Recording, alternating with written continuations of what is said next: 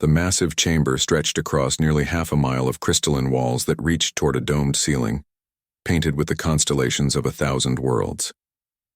Representatives from 67 different species sat in carefully arranged sections, each area designed to accommodate the unique biological needs of its occupants. The air itself was a carefully balanced mixture that could sustain most forms of life, though many delegates wore breathing apparatus suited to their home atmospheres. Ambassador Lisa Martinez sat alone in the human section, a small area that seemed almost insignificant compared to the vast spaces occupied by the older galactic civilizations. She wore a simple blue diplomatic uniform, her dark hair pulled back in a professional style that had become her trademark during her 3 years representing Earth in this assembly. Around her, the conversations of dozens of species created a low humming that filled the chamber with an alien symphony. The massive doors at the far end of the chamber began to slide open with a deep mechanical grinding that caused every conversation to stop immediately. The silence that followed was heavy with tension and fear. Even the most powerful representatives straightened in their seats as the unmistakable sound of Zarathi battle armor echoed across the polished floor. Admiral Corvin entered the chamber flanked by 6 of his personal guards, each one standing nearly 8 feet tall in their biomechanical suits. The Zarathi were a fearsome sight to behold, their natural exoskeletons enhanced with organic technology that pulsed with a sickly green light. Corvin himself was larger than his guards, his crimson exoskeleton marked with the scars of countless battles. His forearms moved with mechanical precision as he walked, 2 clutching ceremonial weapons while the other 2 gestured in the complex sign language his species used for formal occasions. The Admiral took his place at the center of the chamber where a raised platform allowed him to address all the assembled delegates. His voice, when he spoke, was a mixture of organic vocal cords and mechanical enhancement that made every word sound like a threat. "Honored representatives of the Galactic Council," he began, his head turning slowly to look at each section of delegates. "I come before you today not as a conqueror, but as a messenger of inevitable change." Lisa felt her stomach tighten as she watched the other ambassadors. The reptilian Scalari delegation was already showing signs of submission, their head scales flattening against their skulls in a display of fear. The insectoid Thren were clicking their mandibles nervously, while the aquatic depths delegation had retreated deeper into their water-filled observation tanks. "The Zarathi Empire has brought order to 17 star systems in the past decade," Corvin continued, his mechanical voice echoing off the crystal walls. "Each world that has accepted our guidance now enjoys peace, prosperity, and protection under our benevolent rule." Lisa had read the reports. Peace meant the complete suppression of local governments. Prosperity meant the systematic harvesting of resources for the Zarathi war machine. Protection meant the permanent presence of Zarathi bioships in orbit around every inhabited world. However, the Admiral's voice took on a harder edge. There remain some systems that have yet to accept the natural order of galactic civilization. Systems that cling to outdated concepts of independence and self-determination. The human ambassador felt every pair of eyes in the chamber turn toward her. She kept her expression neutral despite the growing knot in her stomach. Earth had been expecting this moment for months, ever since long-range sensors had detected the Zarathi fleet moving toward human space. "The system you call Sol," Corvin continued, "lies directly in the path of our expansion. The 3rd planet of this system, which its inhabitants call Earth, has been identified as suitable for Zarathi colonization. The current population will be relocated to more appropriate worlds where they can contribute to the greater galactic community." One of the Scalari delegates made a soft hissing sound that Lisa recognized as their expression of sympathy. The Thren delegation was now clicking rapidly among themselves, their compound eyes reflecting the light in patterns that suggested extreme agitation. Lisa stood slowly, her movement causing Admiral Corvin to turn his attention directly to her. The weight of his gaze felt like standing in the path of a starship's engines, but she maintained her composure. "Admiral Corvin," she said, her voice carrying clearly across the chamber despite its modest volume. "Earth appreciates the Empire's interest in our system. However, humanity has not requested relocation assistance, nor do we require the protection your forces provide." The Admiral's mandibles clicked in what Lisa had learned was the Zarathi equivalent of laughter. Several of his guards moved slightly, hands shifting toward their weapons with movements so subtle that most of the other delegates missed them entirely. "Ambassador Martinez," Corvin replied, using her name in a way that made it sound like an insult. "Your species demonstrates the same arrogance that has led to the downfall of so many others. You speak as though you have a choice in this matter." The chamber fell silent again, the tension so thick it seemed to press against Lisa's chest. She knew that every word she spoke now would be transmitted across the galaxy within hours. Her response would determine not just Earth's fate, but how humanity would be remembered if they failed to survive what was coming. "Humanity believes in the right of all species to determine their own destiny," she said calmly. "We have no desire for conflict, but neither will we simply surrender our freedom without exploring all alternatives." Admiral Corvin took a step closer to the human section, his massive form casting a shadow over Lisa's position. "Alternatives? Let me share with you the fate of the last species that sought alternatives to Zerathi protection." A holographic display materialized in the center of the chamber, showing images that made several delegates look away in horror. Burning cities, shattered orbital stations, and the skeletal remains of what had once been a thriving civilization. "The Valerian Republic believed they could negotiate," Corvin explained, as the images shifted to show mass graves and abandoned colonies. They thought their advanced technology and defensive alliances would protect them. Their home system is now a monument to the folly of resistance. Lisa forced herself to watch every image, committing them to memory. When the display finally faded, she looked directly at Admiral Corvin. "Earth requires time to consider your terms," she said. The Admiral's laugh was louder this time, a sound like grinding metal that made the crystal walls vibrate. "Time, very well. You humans seem to enjoy dramatic gestures, so I shall indulge your need for ceremony." He gestured to one of his guards, who produced a device that projected a countdown display visible throughout the chamber. 72 standard hours, Corvin announced. "At the end of this period, we expect to see your entire fleet assembled at the edge of your solar system in a gesture of surrender. Every ship, every space station, every orbital platform must be prepared for immediate transfer to Zerathi control." The countdown began, its red numbers seeming to pulse like a heartbeat.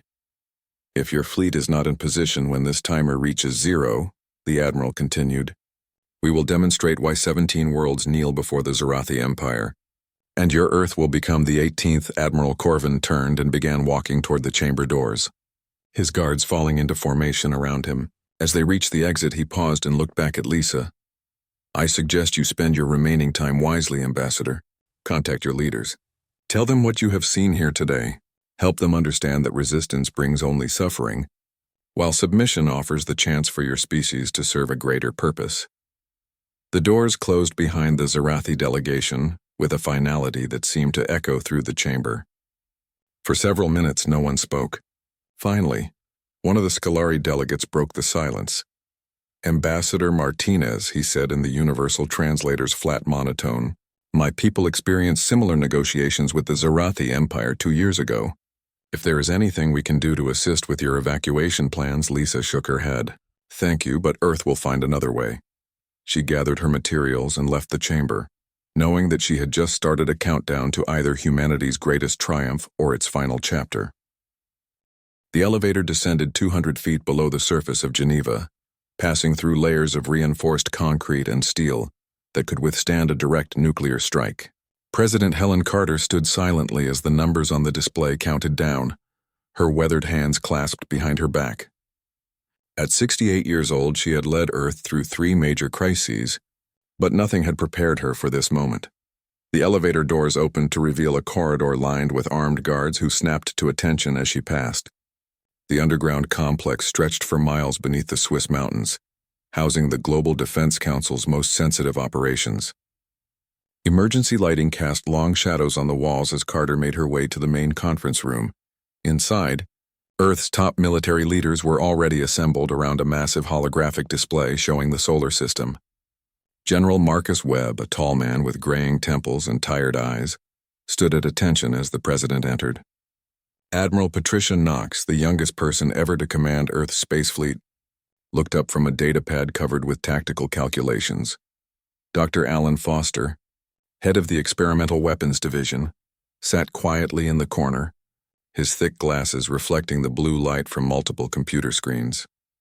"Madam President," General Webb began as soon as Carter took her seat at the head of the table, "Ambassador Martinez's report from the Galactic Council has been confirmed by our long-range sensors. The Zerathi fleet is massive, larger than anything we've ever encountered." The holographic display shifted to show a detailed scan of the approaching enemy force. Thousands of biomechanical ships moved in perfect formation, their organic hulls pulsing with an eerie green light. Each vessel was easily twice the size of Earth's largest battleship, and their numbers seemed to stretch on forever. Admiral Knox stood and activated her own set of displays. "Our intelligence suggests the Zerathi fleet consists of over 3,000 vessels of various classes. Their smallest ships are equivalent to our heavy cruisers, while their largest command ships are essentially mobile space stations." President Carter studied the images with the calm expression that had made her famous during her political career. "What are our current defensive capabilities?" "Our entire space navy consists of approximately 200 vessels," Admiral Knox replied, her voice steady despite the grim numbers. "Of those, only about half are modern designs capable of engaging an enemy of this scale. The rest are older frigates and patrol ships that would be destroyed in the first few minutes of any engagement." General Webb pulled up another display showing Earth's orbital defenses. "We have 18 battle stations positioned around the planet and throughout the solar system. Each one is armed with particle beam weapons and nuclear missile batteries.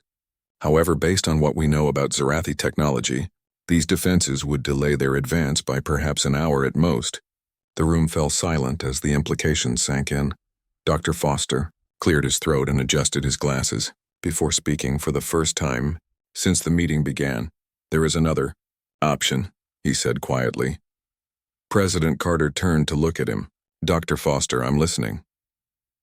The scientist stood and activated a new holographic display that showed a sleek, unfamiliar spacecraft, unlike anything in Earth's current fleet. The ship was smaller than a typical destroyer but seemed to radiate an aura of contained power. Its hull was a dark metallic color that seemed to absorb light rather than reflect it. "For the past 8 years, Project Lone Wolf has been developing technology that pushes the boundaries of known physics," Foster explained. "What you're looking at is the result of that research." Admiral Knox leaned forward, studying the display with professional interest. "I've never seen this design in any of our fleet specifications." "That's because it was built in complete secrecy," Foster replied. "Only 12 people on Earth know of its existence, and most of them are in this room. The ship is called the USS Defiance, and it represents a completely new approach to space warfare." General Webb frowned as he examined the technical specifications appearing alongside the ship's image. "According to these readings, this vessel masses only 40% of a standard destroyer, but its power output is off the charts." "How is that possible?" Dr. Foster smiled for the first time since entering the room. "The Defiance is powered by an experimental quantum core that taps directly into zero-point energy.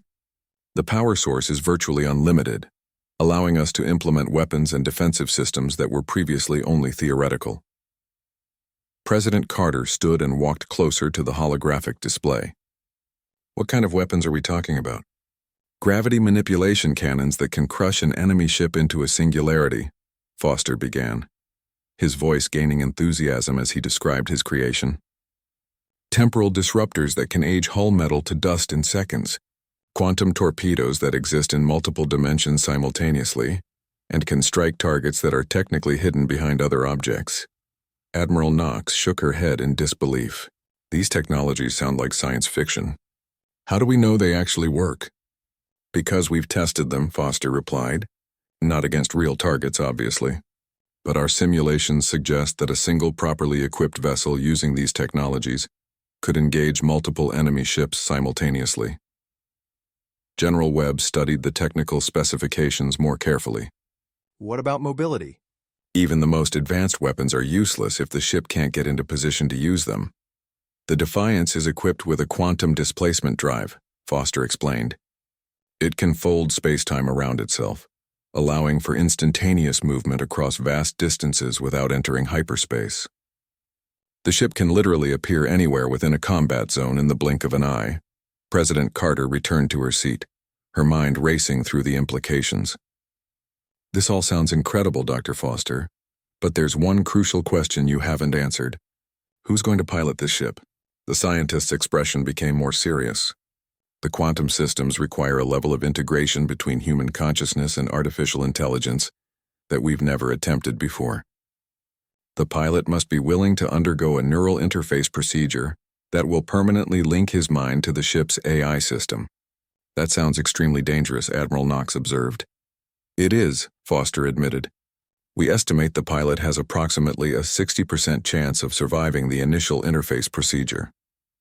If he does survive, there's no guarantee he'll remain fully human afterward. The merger of biological and artificial consciousness could result in permanent changes to his personality and thought patterns. General Webb leaned back in his chair. So you're asking someone to volunteer for a suicide mission with extra steps? We found our volunteer 3 months ago, Foster said quietly. Captain Jake Harrison, former test pilot and aerospace engineer. He's been training with prototype interface systems for the past year, and he's the only person who's successfully established a stable connection with the ship's AI. President Carter activated her personal communication device. I want to meet this Captain Harrison immediately. Within minutes, a tall man in his early 30s entered the conference room. Jake Harrison had the lean build of a career pilot, with short brown hair and blue eyes that seemed to take in every detail of his surroundings. He wore a simple flight suit marked with the insignia of the Experimental Test Division. Captain Harrison, President Carter began, Dr. Foster has explained the nature of your mission. Are you fully aware of the risks involved? Jake nodded without hesitation. Yes, Madam President. I understand that I may not survive the neural interface, and that even if I do, I may not be the same person afterward. Then why are you willing to do this? The pilot's expression was calm and determined. Because Earth is my home and everyone I care about lives here. If there's even a small chance that I can make a difference, then the risk is worth it. Admiral Knox studied the young man with professional respect. Captain, even with all these advanced technologies, you'll be facing over 3,000 enemy ships. The odds against you are astronomical. Jake smiled slightly. Admiral, I've been a test pilot for 8 years. Facing impossible odds is pretty much my job description. President Carter stood and walked to the window that looked out over the underground facility's main operations center. Hundreds of technicians worked frantically at their stations, coordinating Earth's defenses for what many believed would be humanity's final battle. Dr. Foster, she said without turning around, how long before the USS Defiance is ready for deployment? The ship is fully operational, Foster replied. We can launch within 6 hours. And Captain Harrison, how long do you need to prepare for the neural interface? I've been preparing for months, Madam President. I'm ready now. President Carter turned back to face the assembled group. Then we proceed with Project Lone Wolf. Captain Harrison, you have Earth's blessing and our hopes. Dr. Foster, prepare your ship for immediate launch. As the meeting broke up and the participants hurried to their various tasks, Jake Harrison remained behind for a moment, staring at the holographic display of the USS Defiance. In a few hours, he would become part of that ship in ways that no human had ever experienced before. The fate of his entire species would rest on his shoulders, and the untested technologies that Dr. Foster's team had created. He took a deep breath and headed toward the launch. The USS Defiance emerged from hyperspace at the edge of Earth's solar system in complete silence, its dark hull barely visible against the star-filled void. Captain Jake Harrison sat in the pilot's chair, his hands resting on controls that responded to his thoughts as much as his touch. The neural interface had been successful, but the experience of merging his consciousness with the ship's artificial intelligence had changed him in ways he was still discovering. Neural integration stable at 97%, announced Arya, the ship's AI, her voice seeming to come from inside Jake's own mind rather than from the speakers around him. All systems operating at optimal parameters. Jake felt rather than saw the massive Zerathi armada spread out before them like a dark constellation of death. Through the ship's sensors, he could perceive each enemy vessel in perfect detail, from the smallest scout ships to the massive command carriers that pulsed with organic light. The biomechanical nature of Zerathi technology was both fascinating and disturbing, as if someone had taken living creatures and forced them to become instruments of war. Analysis complete, Arya continued, her digital consciousness flowing through Jake's mind like a cool stream. Enemy fleet composition, 3,247 vessels of various classifications. Estimated crew complement, approximately 4 million Zarathi warriors. The numbers should have been terrifying, but Jake felt only a strange calm that came from his connection to the ship. The USS Defiance was more than just a vessel. It was an extension of his own body, its quantum systems responding to his will with perfect precision. "Well, Arya," he said aloud, knowing that she could hear his thoughts just as easily. "Looks like we're about to make history, either as heroes or as the shortest space battle on record." The AI's response carried what Jake had learned to recognize as her version of amusement. "Given our technological advantages, I calculate a 73% probability of mission success. However, those calculations do not account for the unpredictable nature of human decision-making." Before Jake could respond, his communication systems activated automatically as the Zarathi fleet detected his presence. The massive viewing screen in front of him filled with the image of Admiral Corvin, his crimson exoskeleton even more intimidating than it had appeared in the recordings from the Galactic Council. "What is this?" The Admiral's mechanically enhanced voice carried a note of confusion rather than anger. "Sensors detect only a single human vessel. Where is your fleet?" Jake activated the external cameras and allowed his image to be transmitted to the enemy ships. He wore a simple flight suit marked with Earth's insignia, his brown hair slightly tousled from the neural interface headset he had removed only minutes earlier.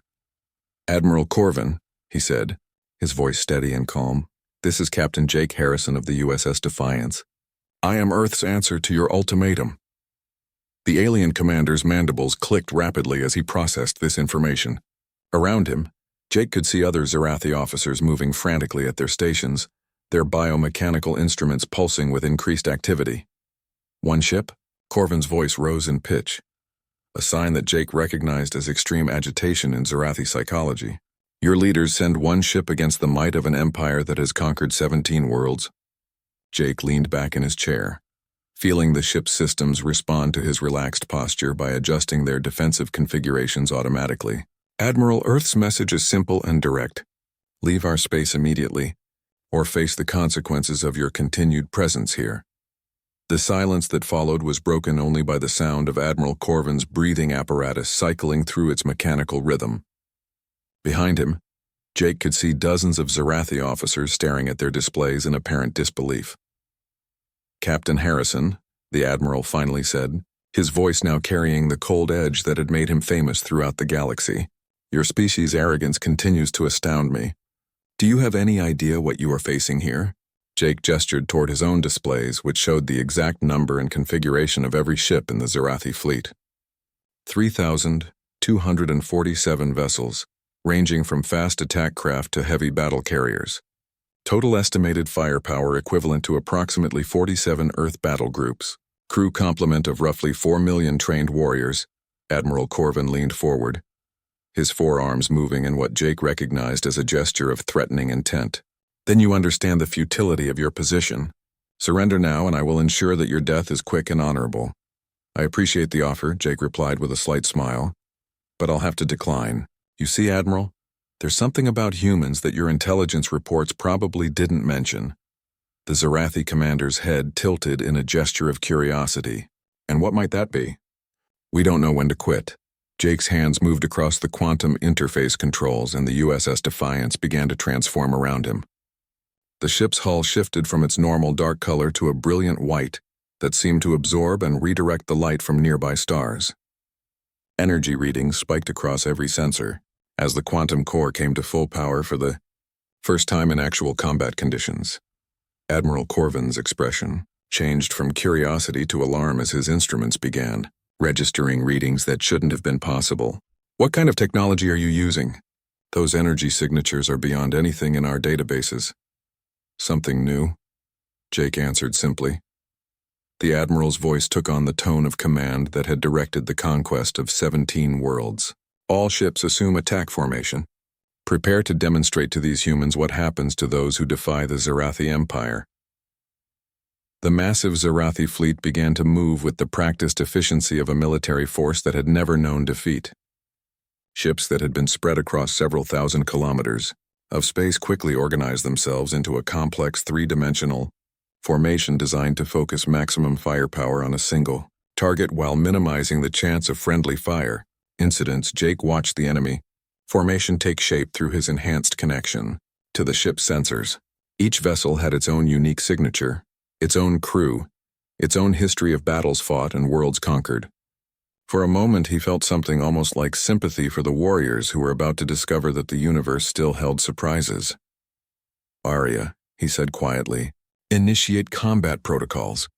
"Combat protocols activated," the AI responded, her voice now carrying an undertone of barely contained power. "Quantum displacement drive online. Gravity manipulation systems charged. Temporal disruptors ready. All weapon systems operating at full capacity." The first wave of Zarathi attacks began with a coordinated barrage from over 200 ships. Energy beams and plasma torpedoes converged on the USS Defiance's position, each weapon carrying enough destructive force to vaporize a city. The combined firepower would have been sufficient to destroy any known vessel in the galaxy. Jake felt the ship respond to the incoming attack without any conscious command from him. The quantum displacement drive activated, and reality seemed to fold in on itself around the USS Defiance. One moment the ship was in the center of the enemy formation, directly in the path of thousands of incoming projectiles. The next moment it was behind the attacking ships, completely unharmed and in perfect position for a counterattack. "Impossible," Admiral Corvin whispered, his voice barely audible over the communication channel. "No known technology can manipulate space-time to that degree without entering hyperspace." Jake's response was to activate the ship's weapon systems for the first time in actual combat. The gravity manipulation cannons fired in perfect sequence, creating localized gravitational anomalies that crushed the nearest Zarathi ships into impossibly dense points of matter. The temporal disruptors followed, aging the hull metal of their targets from molecular integrity to atomic dust in the space of seconds. In the first 30 seconds of the battle, the USS Defiance destroyed 47 enemy vessels without taking a single hit in return. Admiral Corvin stared at his tactical displays in shock as ship after ship disappeared from his sensors. Each loss represented hundreds of trained warriors and years of military investment, eliminated in moments by weapons that operated according to principles his scientists had declared theoretically impossible. "All ships," he commanded, his voice now carrying a note of desperation. "Implement evasive maneuvers. Do not engage the human vessel directly. Maintain distance and attempt to determine the nature of their technology." But Jake and the USS Defiance were already moving again, the quantum displacement drive allowing them to appear anywhere within the battle zone at will. Each appearance brought destruction. To more Zarathi ships as the human vessel demonstrated capabilities that challenged everything the galaxy thought it knew about the laws of physics. The battle that was supposed to last minutes and end in humanity's surrender had become something entirely different. For the first time in their military history, the Zarathi Empire was facing an enemy that they could not understand, could not predict, and could not defeat through conventional means. Admiral Corvin realized that he was witnessing either the beginning of a new age in galactic warfare or the end of Zarathi dominance among the stars. The USS Defiance moved through space like a ghost made of starlight, its quantum displacement drive allowing it to exist in multiple positions simultaneously. Jake Harrison felt his consciousness expand beyond the boundaries of his physical body as the neural interface deepened, making him more machine than man with each passing moment. Through the ship's sensors, he could perceive the entire battlefield as if it were a three-dimensional map inside his mind. The Zarathi fleet had reorganized after their initial losses, spreading their ships across a sphere formation that stretched for thousands of kilometers in every direction. Admiral Corvin had learned from watching his first wave of attackers get destroyed, and now his forces moved in unpredictable patterns designed to prevent the human ship from anticipating their positions. "Captain," Arya's voice flowed through Jake's enhanced consciousness, "the enemy is adapting faster than our initial projections suggested. Their biomechanical systems are analyzing our movement patterns and adjusting their tactics accordingly." Jake could see what she meant through the ship's advanced sensors. The Zarathi vessels were no longer attacking in coordinated waves. Instead, they moved like a swarm of insects, each ship following slightly different flight paths while maintaining communication with the others through some form of organic network. Their weapons fire had become less concentrated but more persistent, creating a constant barrage that forced the USS Defiance to stay in motion. "They're learning," Jake observed, his hands moving across the quantum interface controls with fluid precision.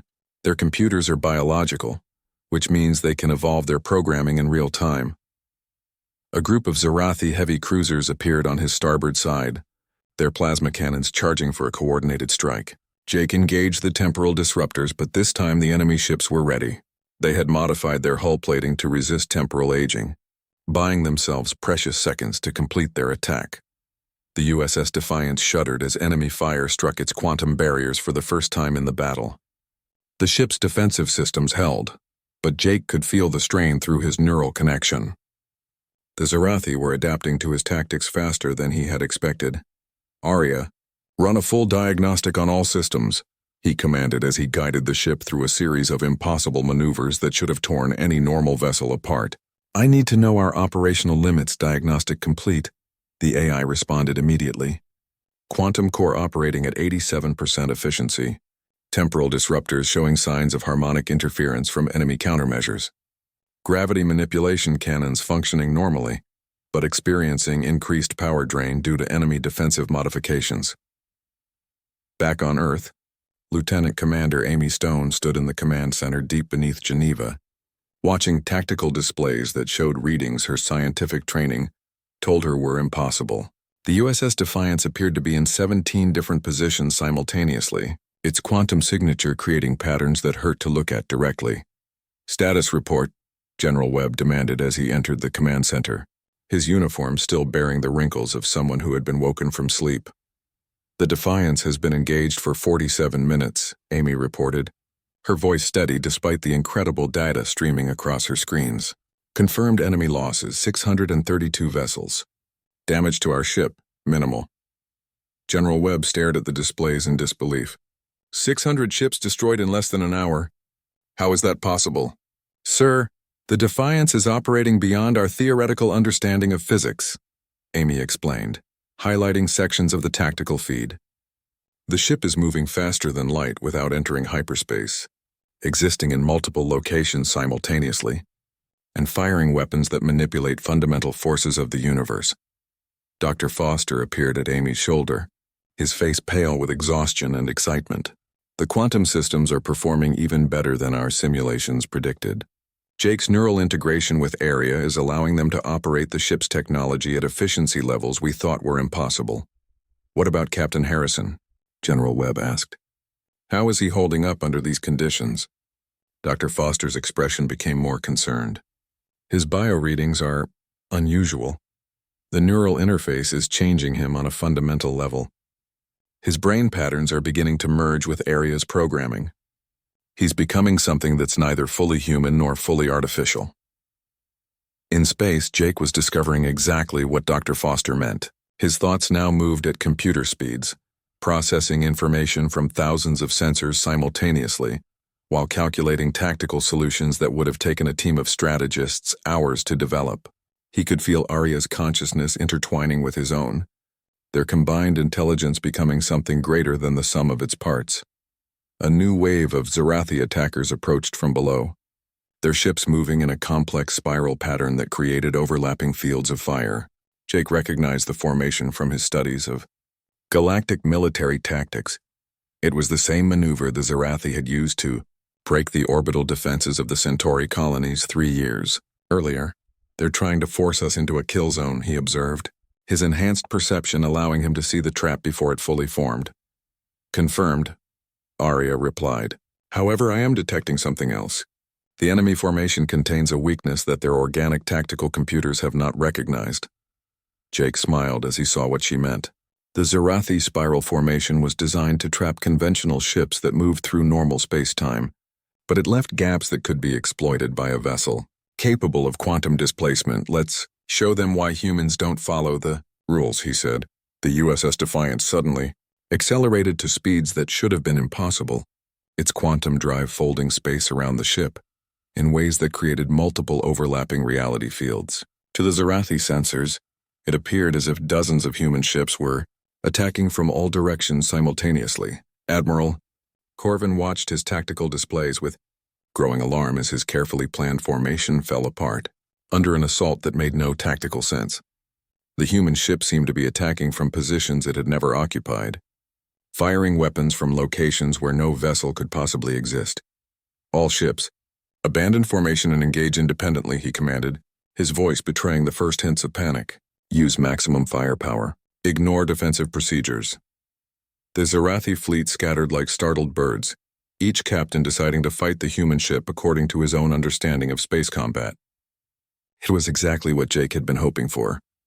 Area, implement Protocol 7, he said quietly.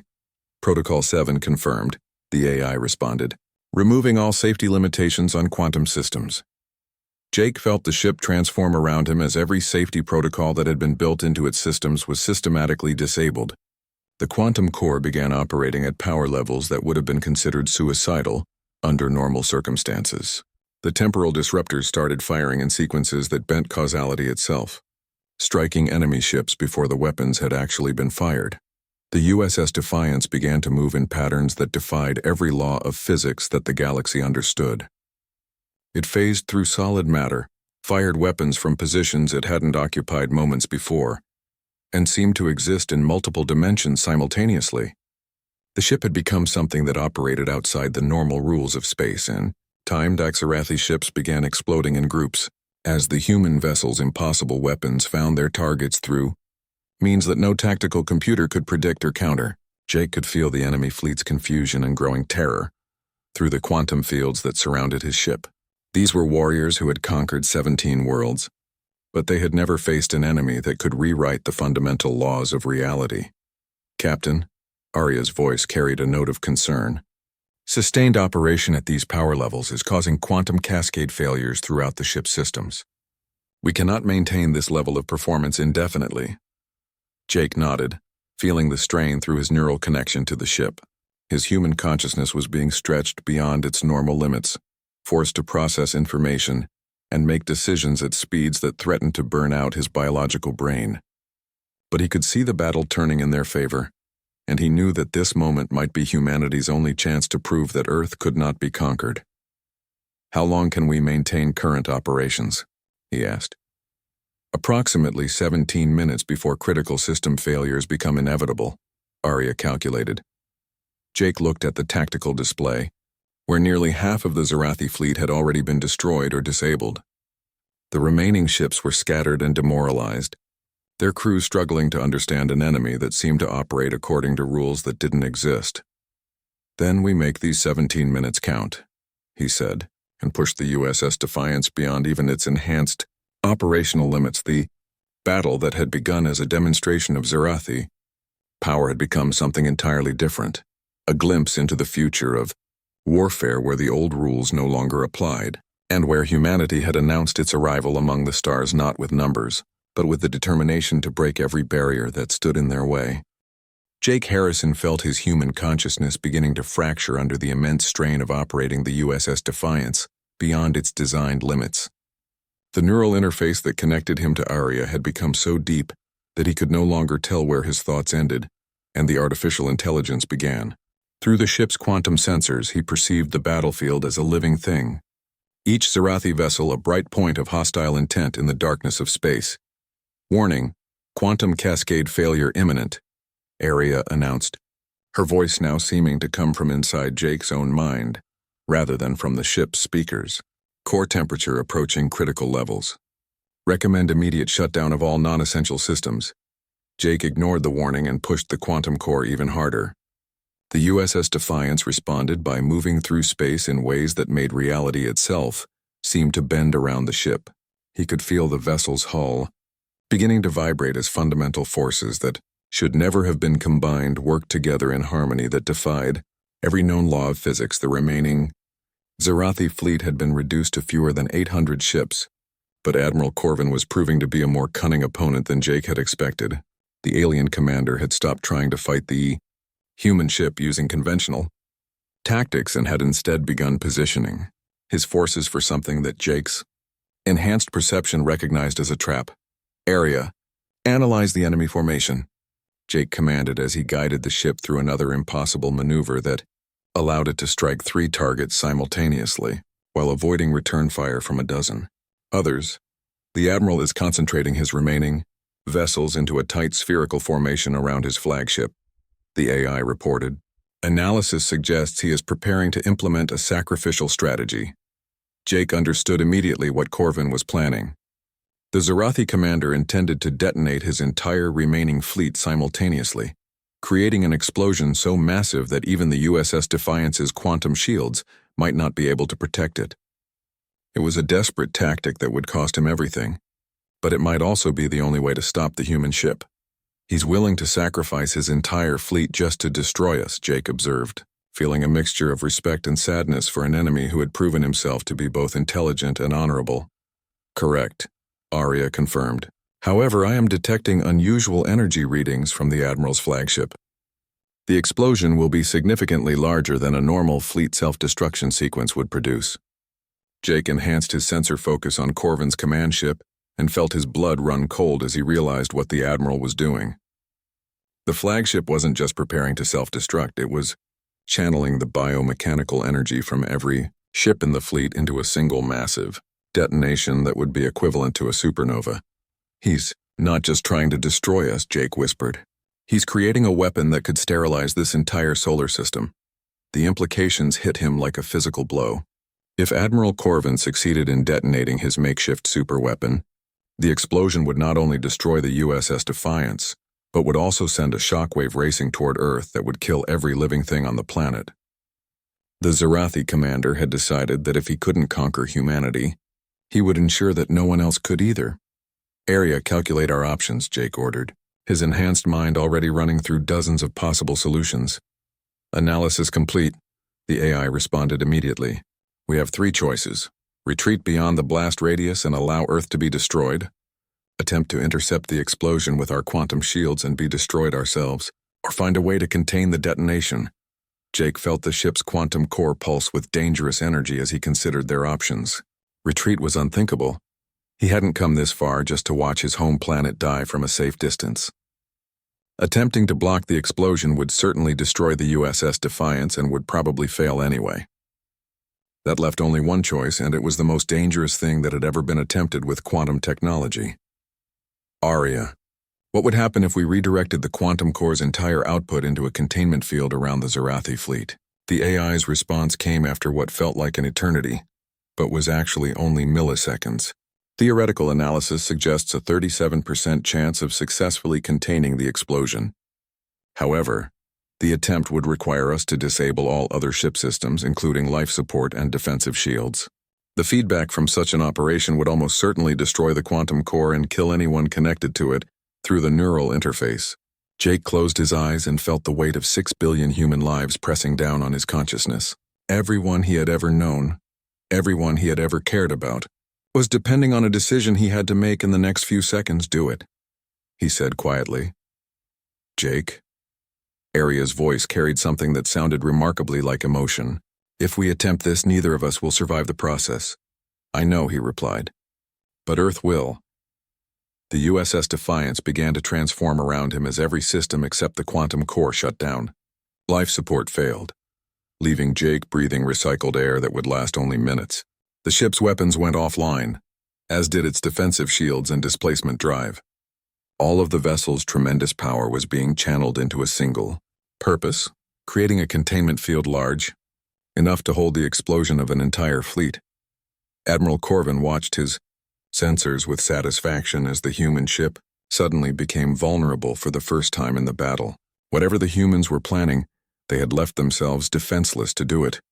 All ships initiate final protocol, he commanded, for the glory of the Zarathi Empire.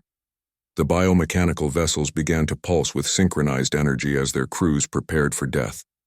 In the space of 30 seconds, 800 ships and their crews would cease to exist, but their sacrifice would eliminate the greatest threat the Zarathi Empire had ever faced. Jake felt the containment field begin to form around the enemy fleet, a sphere of quantum energy that bent space and time into a pocket dimension, separate from normal reality. The strain on his consciousness was incredible. He was essentially trying to create a miniature universe with his mind while his body died from lack of oxygen and his brain burned out from neural overload.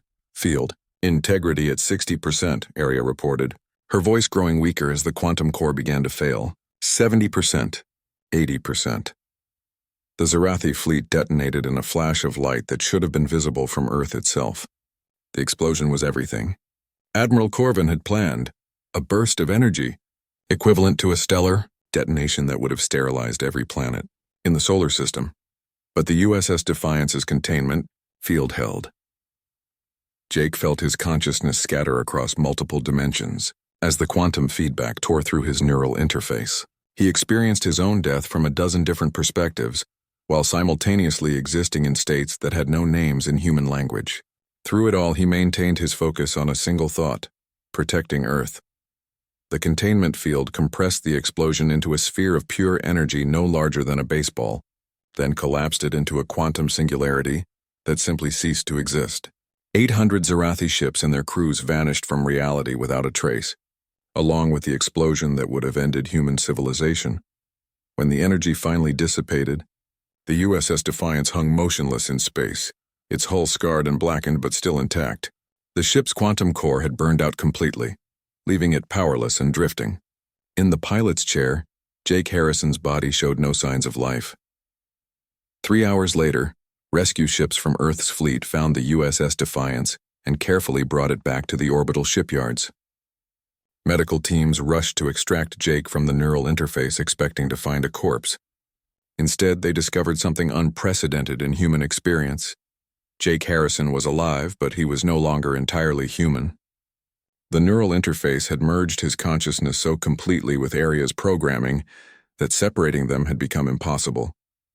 He existed now as something new, part human intuition, part artificial intelligence, part quantum phenomenon. 6 months after the battle, Ambassador Lisa Martinez stood once again before the Galactic Council. This time, however, the chamber was filled with respectful silence rather than hostile threats. The Zarathi Empire had withdrawn from all conquered territories, their expansion halted by the destruction of their most powerful fleet. The question before us today, Martinez addressed the assembled delegates, is not whether humanity deserves membership in this council, but how the galaxy will adapt to the changes that humanity represents. Captain Jake Harrison watched the proceedings from the observation deck, his enhanced consciousness now existing simultaneously in his biological brain and in the restored computer systems of the USS Defiance. He was no longer fully human, but he was also no longer alone. Arya existed within him just as he existed within her, two minds that had become one through shared sacrifice. Mission accomplished? Jake, Arya whispered in their shared consciousness. He smiled, feeling the ship respond to his emotions from its position in the orbital dock. Just the beginning, Arya. Earth has announced that we're here to stay. The galaxy had learned that humanity would not be conquered, not because they had the largest fleet or the most advanced weapons, but